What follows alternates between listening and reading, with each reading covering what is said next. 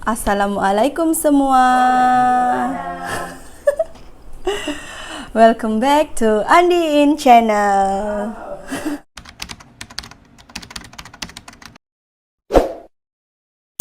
Di video kali ini, saya akan menjawab beberapa soalan lazim mengenai penangguhan bayaran balik pinjaman PTPTN akibat penularan COVID-19.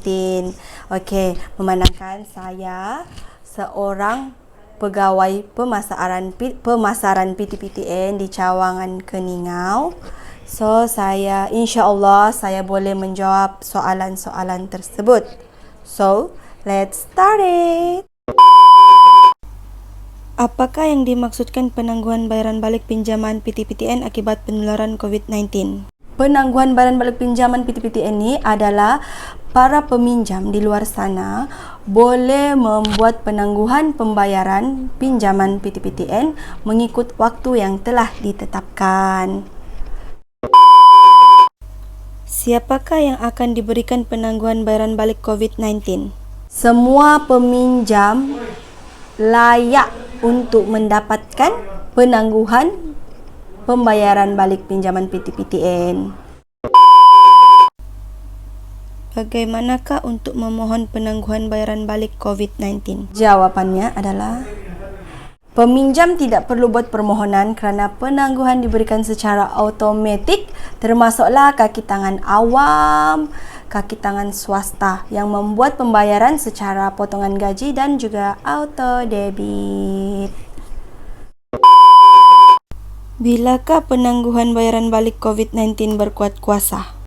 Untuk pengetahuan semua, penangguhan bayaran balik ni berkuat kuasa daripada 9 Mac 2020 sehingga 30 September.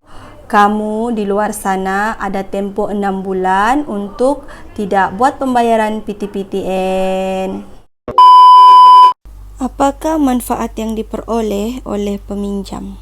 Manfaat yang diperoleh oleh peminjam iaitu pertama, dapat penangguhan bayaran balik dan juga dikecualikan daripada tindakan undang-undang.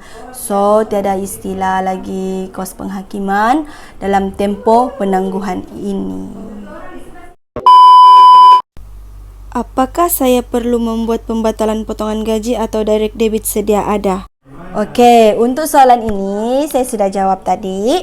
Tidak perlu sebab semua kaki tangan kerajaan dan swasta yang membuat pembayaran secara auto debit ataupun potongan gaji akan dibatalkan secara automatik untuk tempoh penangguhan ni. Tapi bagi siapa-siapa yang masih mahu untuk membuat pembayaran, kita boleh apply untuk teruskan pembayaran. Link saya akan letak di description di bawah. Okey? Permohonan tu kita boleh buat start daripada 23 Mac sehingga 15 Ogos 2020. Bagaimanakah rekod SIKRIS peminjam sepanjang penangguhan bayaran balik COVID-19? Rekod SIKRIS peminjam adalah masih sama. Kalau yang pembayaran dia cantik, okeylah, clear. Sebab penangguhan yang dilaksanakan dalam tempoh penangguhan ni dianggap sebagai tempoh moratorium. So, bagi peminjam yang buat pembayaran, yang masih meneruskan pembayaran, rekod tu akan dikemaskini berdasarkan pembayaran yang dibuat. So, jangan risau. Bilakah penangguhan potongan gaji atau direct debit dilaksanakan? Semua kaki tangan kerajaan dan juga swasta yang telah membuat pembayaran PTPTN melalui potongan gaji dan juga direct debit itu sebab aktiviti pemprosesan data telah dibuat awal sebelum pengumuman penangguhan. Jadi, bayaran yang diterima oleh pihak PTPTN tidak akan di-refund pada bulan ini sebab bagi PTPTN masih ada. So, itu dikira bayaran bulan 3 dan next month dia akan automatic, tiada pembayaran dibuat. Okey? Adakah peminjam perlu buat permohonan baru potongan gaji atau direct debit selepas tamat tempoh penangguhan? Tidak perlu.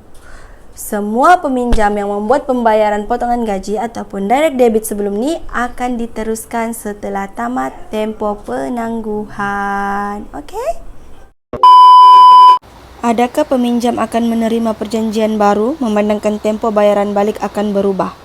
Peminjam tidak perlu menerima perjanjian baru dan hanya menerima notis daripada pihak PTPTN melalui email. So, pastikan habis saja tempoh penangguhan ni, rajin-rajin cek email ya.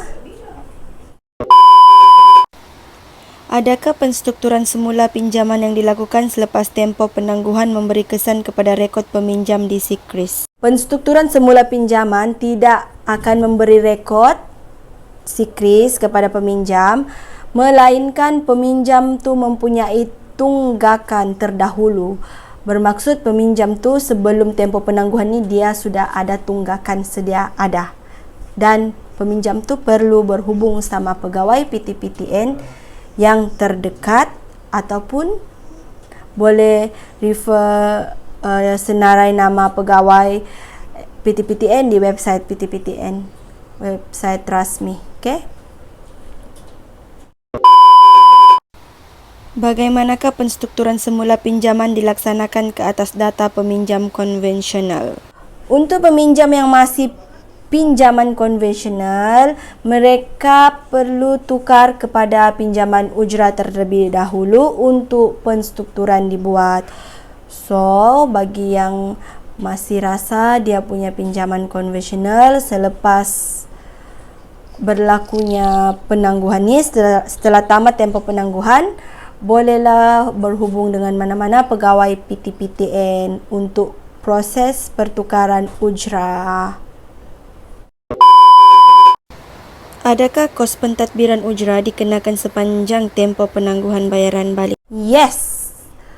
Kos pentadbiran dan ujrah dikenakan sepanjang tempoh penangguhan bayaran balik seperti penangguhan sedia ada. Okey, rasanya saya sudah jawab semua soalan lazim yang ditanya oleh peminjam di luar sana. Jika ada sebarang pertanyaan yang masih tidak berapa jelas ataupun tidak faham, boleh hubungi saya langsung di nombor yang tertera. Okey. Nanti saya hubungi kau. Okey. Dan semoga video ni membantu anda di luar sana. So, jangan lupa like, share and subscribe. Sampai jumpa di next video. Bye.